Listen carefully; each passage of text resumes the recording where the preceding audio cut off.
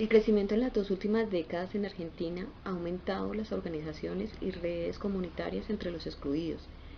Entiéndase organizaciones comunitarias como los movimientos piqueteros, las redes de base, los programas sociales de las ONGs y las fundaciones donantes, entre otras. El artículo se refiere al estudio de casos que aparecen exitosos en la generación de capital social, donde la capacidad de relacionarse, a pesar de la distancia y la heterogeneidad, tanto geográfica como social, es fundamental en el progreso de situaciones de exclusión. La temática de la investigación se basa en la constitución de redes sociales a partir de las acciones de las organizaciones comunitarias y cómo estas relaciones sociales surge el capital social. Definiendo capital social según Putnam en 1993, indica que son los rasgos de las organizaciones sociales, como redes, normas y confianza, que facilitan la acción y la cooperación en beneficio mutuo.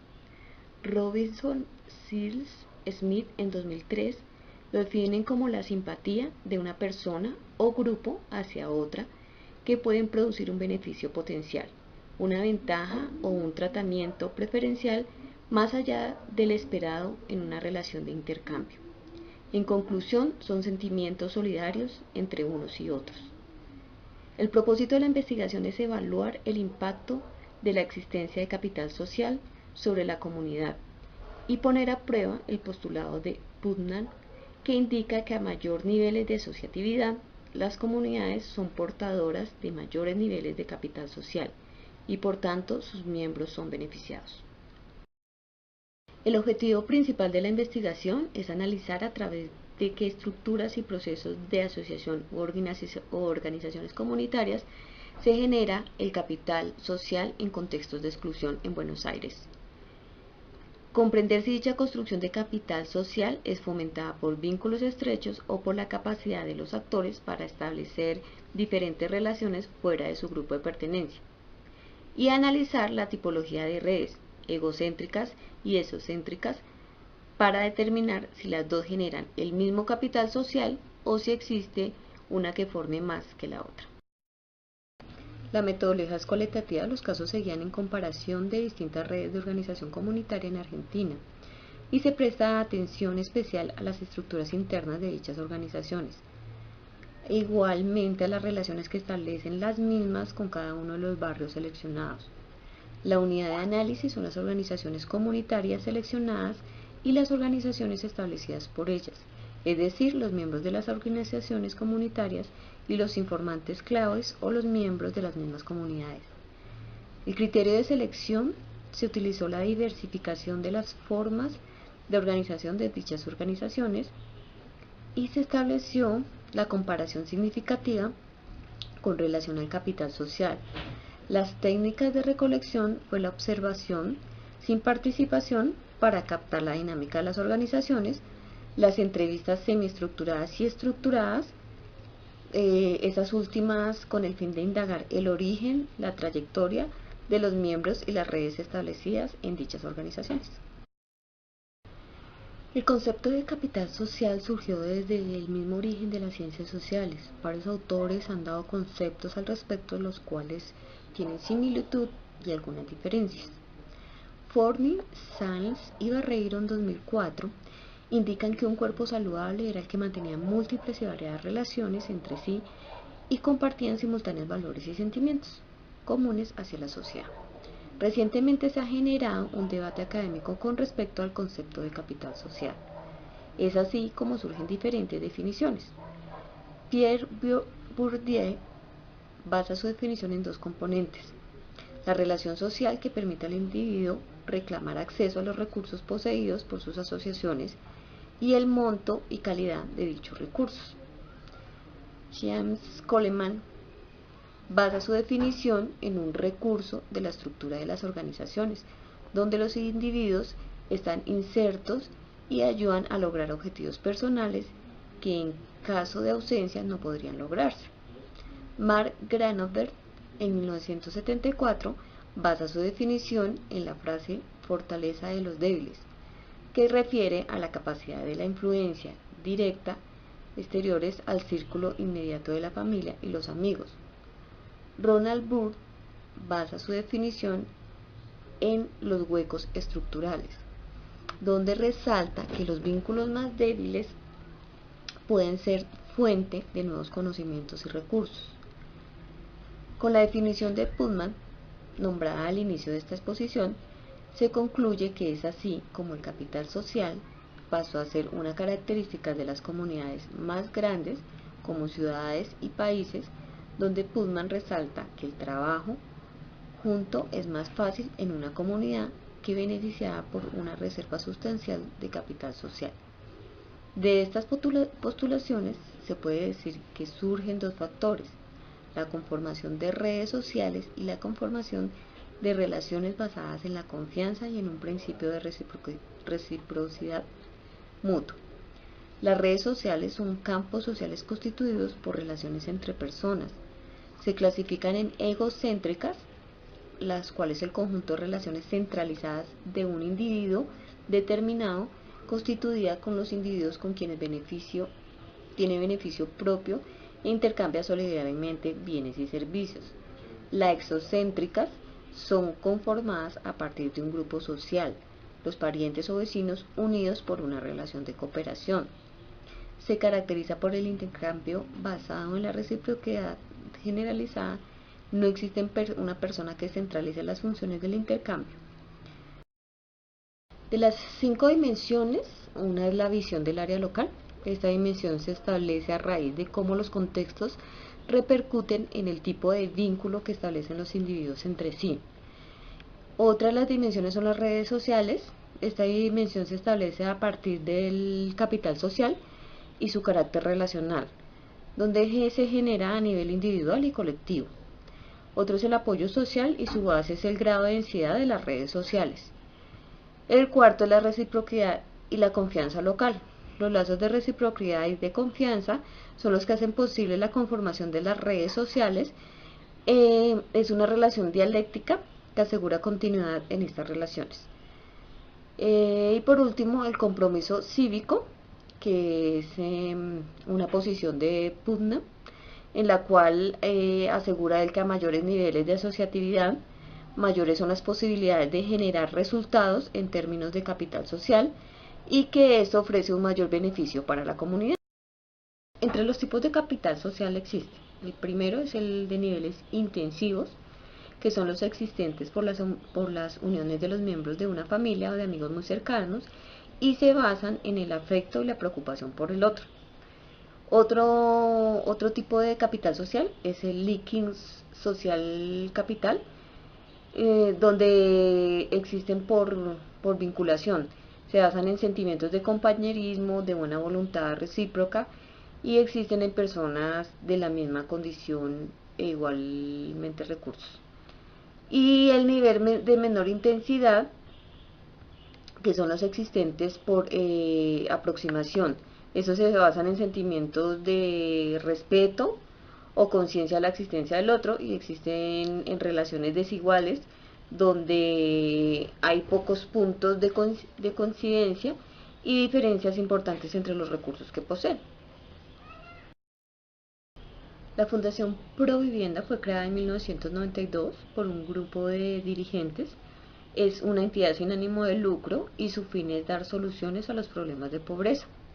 Se centró inicialmente en la vivienda y las condiciones de vida de los sectores más necesitados.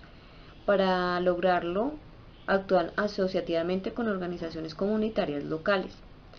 La Fundación ha ayudado en la solución habitacional del área donde hace su acción, noroeste de Buenos Aires, reduciendo los tiempos que implican la mejora de vivienda y facilitando financiamiento en esta comunidad. La Fundación otorga créditos a personas sin documentación de ingresos y vivienda que se respaldan con una garantía solidaria. Esa garantía solidaria significa unos grupos de personas de 3 a 5 personas que son los que van a ayudar a construir. Y eso abarata pues los intereses en estos préstamos. Además podemos decir que la Fundación ha trabajado de la mano con la Mutual El Colmenar hace aproximadamente 10 años. Esto para darle legitimidad a los focos poblacionales. En la hipótesis del trabajo tenemos los tipos de redes. Por una parte, la dirección se encarga de los lineamientos estratégicos y de la consecución de los recursos. Asimismo, existen las subsedes localizadas en el barrio donde la fundación actúa y también existe interconexión con los grupos solidarios. Por otra parte, como se dijo, hay un vínculo con la mutual El Colmenar. Los tipos de capital social, la relación de la fundación y la comunidad es de un nivel de menor intensidad, pues aunque se conocen y se relacionan, son conscientes de las diferencias de recursos entre uno y el otro. Al contrario de los grupos solidarios, el capital social es intenso porque en su interior existen familiaridad y amistades, por lo que están presentes el afecto y la empatía. Otro tipo de capital que encontramos, de capital social, es el que se pudo notar en los vecinos, el cual se basa en la vinculación. A mediados de los años 90 cerraron 2 plantas de petróleos en Argentina y la población se levantó en reacción a este cierre, pues era la fuente de economía local por más de 5 décadas. Con el aumento del desempleo y la exclusión social en estos años, los levantamientos se vuelven ya nacionales, poniendo en evidencia la crisis socioeconómica que se desataría a finales del 2001 en Buenos Aires, Argentina. A partir de dicha crisis se creó el movimiento de piqueteros, el cual es plural políticamente, pero heterogéneo en su composición. Y aunque el interés común es la falta de trabajo, diferenciaban en el tipo de negociación. Es así como el gobierno logró aplacarlos con planes asistenciales. En las historias de las agrupaciones de los piqueteros, el movimiento de trabajadores desocupados, MTD, ha tenido un rol relevante. El líder Héctor Totti Flores convocó la primera marcha contra el hambre, la represión y la desocupación, y además organizó la Asamblea Nacional del Movimiento. El MTD, la Juanita, asumió una oposición asistencial de las políticas públicas que se ve en el rechazo de los planes sociales y la ayuda alimentaria. En 2001, el proyecto CEFOX, Centro para la Educación y la Formación de la Cultura Comunitaria, con el fin de generar una cultura del trabajo alternativo, optaron por la autogestión, independizándose en los planes asistenciales oficiales. Han dejado de ser piqueteros para adoptar una actitud negociadora de intercambio. Pero ya este intercambio no es con el gobierno, sino con instituciones internacionales y del sector privado, lo que desencadenó en el aislamiento y la exposición mediática para este grupo. El Centro para la Educación y la Formación de Cultura Comunitaria fue creado en el 2001 y fue estructurado entre el 2003 y el 2004. Su función principal era la tendencia a generar empleo. En el 2001 se creó un libro que contenía la experiencia en el primer Foro Social Mundial.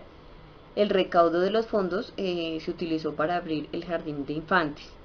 El segundo accionar de esta agrupación fue el taller de costura, en el cual el equipo, con ayuda de la Embajada de Japón y un diseñador de modas, Martin Churba, y un programa de televisión, le dieron auge a este accionar.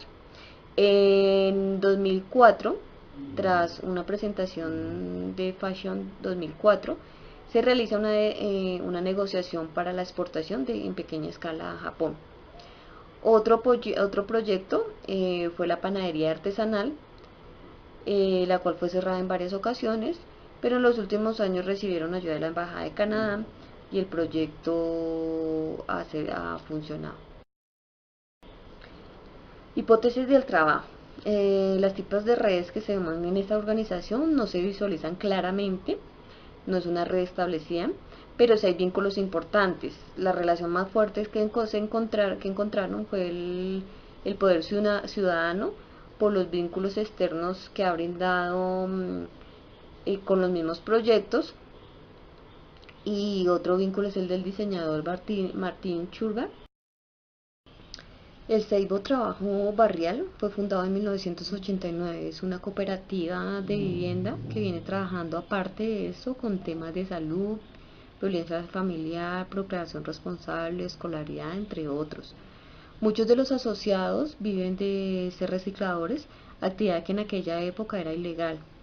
En el 2001, con ayuda del Instituto Movilizador de Fondos Cooperativos, IMFC, se conformó como Cooperativa de Recuperadores Urbanos el Seibo RUS, en la cual tiene como fin provisionar y prestar servicios a los recolectores de material reciclable.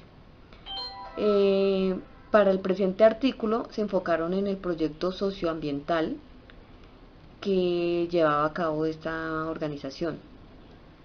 Primero, por una postulación a la competencia organizada por el Banco Mundial en enero del 2002, y segundo, por la firma de un convenio en agosto del mismo año entre el jefe de gobierno de Buenos Aires y la cooperativa, en los cuales se estableció, primero, favorecer la promoción socioambiental; segundo, mejorar las condiciones de los trabajadores recicladores; tercero, facilitar el acceso al mercado laboral a las personas de bajos recursos; y cuarto, impulsar la concientización del vecino respecto al cuidado del medio ambiente. Tipos de redes. El Seibo Trabajo Barrial fue uno de los fundadores de la red de recursos comunitarios de la CGP. A partir de esta red, el Seibo se ha relacionado con diferentes instituciones, pero su participación aún no se ha profundizado. Otra red en la que se encuentra participando es con las ONGs argentinas por la Organización de los Estados Americanos, y allí actúa como auditor. Una red que en principio fue importante para el Seibo RSU es la red de recuperadores del conurbano bonaerense organizado por el IMFC. Actualmente no participan en esta red porque ya creció y más que otras organizaciones, y tienen relaciones con organizaciones que tampoco pues participan en esta red. Con respecto al tipo de capital social, existen dos tipos de capital social, de unión y de vínculo, que se pueden notar, y se encuentran en las relaciones de los integrantes del primer consejo administrativo, los promotores ambientales. Esta sería por unión, y la relación de los dos grupos anteriormente mencionados con los recuperadores, acopiadores y técnicos que se suman al proyecto socioambiental, que sería esta relación, sí sería de vínculo. La relación de los miembros de Seibo y los vecinos de Palermo se tomaría como un capital social de vinculación. También se podría deducir que las relaciones con diferentes instituciones que ha tenido la cooperativa a través de estos años se puede tomar como un capital social de puente o aproximación, ya que se caracteriza por sus relaciones desiguales entre personas y organizaciones, con diferencias en cuanto a los recursos y con pocos puntos en coincidencia. Marcela Álvarez indica que para explicar la importancia que han tenido las metodologías de redes en Colombia se debe primero contextualizar. El desarrollo rural en Colombia ha estado marcado por dos elementos: la visión productivista del desarrollo y la concepción de lo agropecuario que prima sobre lo rural. Por esto, las políticas se concentran en la disminución de los costos de la producción, en el incremento de los ingresos y en el mejoramiento del acceso de la tierra al crédito y a otros factores productivos. Pero a pesar de todo esto, indica la autora, siguen los niveles de pobreza en aumento. El problema se sigue delimitando en las dificultades de acceso a los servicios del Estado, la carencia de tecnologías adecuadas, la falta de comunicación e información, las debilidades de los esquemas de acompañamiento al trabajo del pequeño productor, entre otras. A esto suma Marcela la generación de capital social y las nuevas formas de construcción social y de estructuras reales. Es así como ella, al realizar un acercamiento a las instituciones y a los campesinos, deduce que los campesinos tienen unas necesidades que las instituciones no están viendo, y que el problema principal se basa en la comunicación. La solución a plantear es la implementación de procesos de comunicación y asociación para todo proyecto de desarrollo rural, teniendo en cuenta procesos de transformación de las estructuras sociales. Bueno, esta es una red de organizaciones y personas naturales vinculadas al sector rural colombiano que busca fortalecer la institucionalidad regional, local y nacional a través de la democracia participativa, apoyar el desarrollo del capital social vinculado al sector rural, favorecer el acceso a información y mercados, proporcionar mejores oportunidades a la población de bajos recursos y fortalecer la planeación participativa del sector rural. Esta fue impulsada por PRONAT en 1997 y en el 2001 se refunda con el nombre de Desarrollo Tecnológico y Fortalecimiento Institucional para la Pequeña Producción Agropecuaria, y en el 2003 se constituyó como Red País Rural, con el fin de convertirse en una alternativa de cara a los procesos de globalización y a la pérdida de autonomía de los gobiernos locales frente a la fuerza del libre mercado. Hoy en día, la Red de País Rural es una estrategia que propende el incremento de la gobernabilidad en las regiones y se concentra en las regiones de mayor conflicto, por lo que son las de mayor debilidad. Se empezó a estudiar la posibilidad de hacer caso omiso de las demandas y experiencias locales que podrían conducir a una pérdida de perspectiva y dinámica local. Es así como se fueron construyendo dos estrategias para el fortalecimiento y refundamentación de la red, esto para que no sucediera lo anterior. Una era capacitaciones en cómo construir redes sociales y la otra era la aparición de las nociones del análisis reticular, la cual implementaba desplegar herramientas y además superar la noción de red como metáfora para entenderla como una herramienta. Una de las estrategias metodológicas utilizadas para la refundamentación de la red fueron los talleres de capacitación Tejiendo Red, en el cual se enseñaba la forma de construir redes sociales, los tipos de redes, las funciones y la estructura, entre otras. El taller era conceptual, pedagógico y didáctico, lo cual permitió a los implicados comprender más su estructura y funcionamiento. Los resultados de estos talleres fueron exitosos y se logró llegar a que el campesino y el profesional entendieran la teoría desde la misma perspectiva. Además, surgieron inquietudes de la red actual con la que se imaginaba ideal. Es la segunda estrategia determinada. Se decidió tomar el análisis de estas redes porque se podría analizar desde una perspectiva estructural. Además, por la aplicación práctica en diferentes campos de acción. Los pasos que se utilizaron en su desarrollo fueron: identificar los componentes de análisis de las redes, relacionarse entre unidades interactuantes, es decir, entre los diferentes actores, mirar los canales de transferencia y distribución de recursos de materiales e inmateriales, entre ellos los medios de comunicación, revisar los comportamientos entre individuos o condiciones estructurales de sus acciones, es decir, mirar las reglas de juego, y revisar las posiciones, intereses y relaciones de poder. Los principios de análisis que se tuvieron en cuenta para aplicar y evaluar los estudios son: las relaciones entre actores, los lazos relacionales, los puntos de la red, donde no solamente se puede entender como individuos o como personas, el análisis de la interpretación entre las posiciones de los actores como recursos en sí. Pueden haber actores que controlan la red por la posición que ejercen en la misma. Las estructuras de la red no pueden ser inamovibles, son vivas y dinámicas. Es falso que la red supone siempre la homogenización de la relación entre los actores. Carlos Camacho en su lectura nos pregunta por qué hoy se debe hablar de ciudadanía. Nos indica que la emergencia de la legalidad y la legitimación de la ciudadanía es evidente por diferentes razones.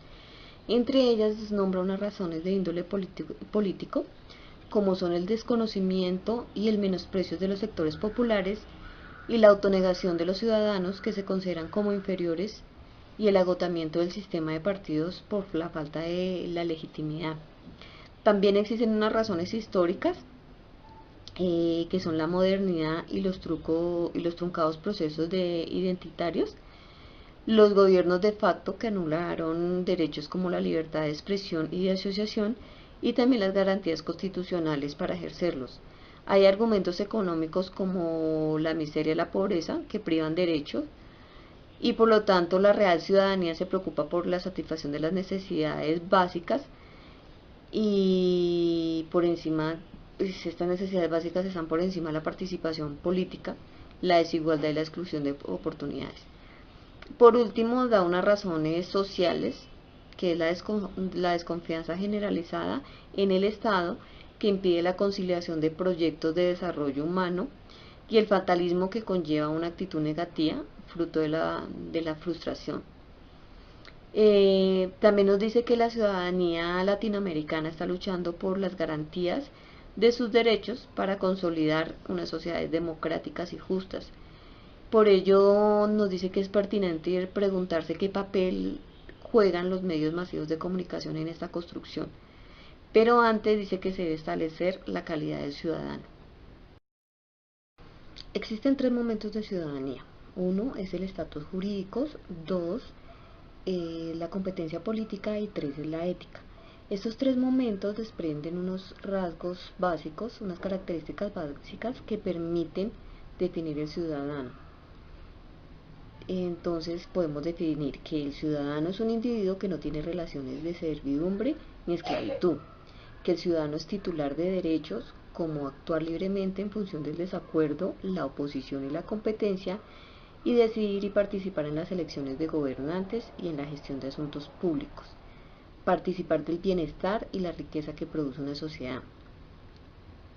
El ciudadano, en la relación con el Estado, predominan los derechos sobre las responsabilidades en el marco de las garantías constitucionales, organizativas e institucionales. Además, implica pertenencia, integración y membresía a una comunidad política. Por lo anterior descrito, encontramos los siguientes rasgos constitutivos de la ciudadanía. La primera, la igualdad legal, social y humana. Somos iguales ante la ley, tenemos derechos y deberes que cumplir. La pertenencia activa quiere decir que aunque se es parte, no implica sumisión, pues se puede opinar y actuar de manera crítica. La integración social se refiere al acceso justo a bienes y servicios, en la equidad, en el intercambio comunicativo, cultural y espacial. En el ser es participación en el ejercicio político y de poder, pues los gobernantes dejan de ser sometidos al poder para convertirse en un sujeto titular del mismo. Es el rescate del individuo y la vinculación con una comunidad de intereses que lo comprometen a velar por la construcción de acuerdos, de redes, de espacios y solidaridad colectiva. Por lo anterior descrito, en el ejercicio de la ciudadanía consiste en la participación real y activa de las personas en la construcción de la sociedad y su transformación, en incidir desde la cotidianidad en la toma de decisiones, con el fin de gestar colectivamente el propio destino y convertirse en protagonistas de la construcción pública sobre el reconocimiento de la diversidad. Para esto dice el autor que es indispensable desarrollar procesos sistemáticos de educación ciudadana que trasciendan en la existencia de una cultura política, centrada en valores como la igualdad, el respeto, la solidaridad, la tolerancia y el diálogo. El autor habla de una ciudadanía comunicacional. Él indica que es el ejercicio de la ciudadanía en un proceso de aprendizaje, donde intervienen varias instituciones sociales, entre ellas los medios de comunicación, los cuales tienen el poder de fortalecer una ciudadanía activa y participativa, o por el contrario, registrarla al consumo. También indica que los medios son el ámbito donde la ciudadanía accede y participa haciendo uso de la libertad de expresión, para así controlar las instituciones y ejercer presión sobre ellas. Además dice que existe una relación comunicacional entre los medios y el ciudadano, la cual actúa de dos formas interdependientes. La primera consiste en utilizar los medios para ejercer ciudadanía que controlan el poder. La segunda es el aprendizaje que resulta del consumo de la oferta mediática, lo que significa una relación de doble vía, donde los medios ofertan y los ciudadanos consumen de manera crítica y responsable, transformando a su vez los medios como corresponsales en la construcción de espacios públicos verdaderamente participativos en la definición y ejecución de estrategias y acciones de desarrollo. El autor expresa que los medios de comunicación vienen tomando el lugar de las tradicionales instituciones políticas al convertirse en el lugar donde los diferentes actores sociales se expresan, es decir, que los medios fungen como mediadores entre los requerimientos ciudadanos y el Estado con sus instituciones. Esto provoca acercamiento, discusión y búsqueda mancomunada de soluciones, surgiendo movimientos sociales, definición de identidades culturales. Es especial el caso de los medios de comunicación popular, indica él, que se establecen como voceros de las mayorías latinoamericanas, pues con sus acciones comunicacionales y educativas promueven una sociedad más justa y digna, donde se basa la participación, el diálogo y el respeto por la diferencia. Estos modelos de la relación medio-ciudadanía se encaminan al empoderamiento de los individuos, los que a su vez intervienen en el posicionamiento de una agenda pública que responda a los requerimientos reales de la ciudadanía. Esto resulta en la legitimidad requerida por la acción estatal.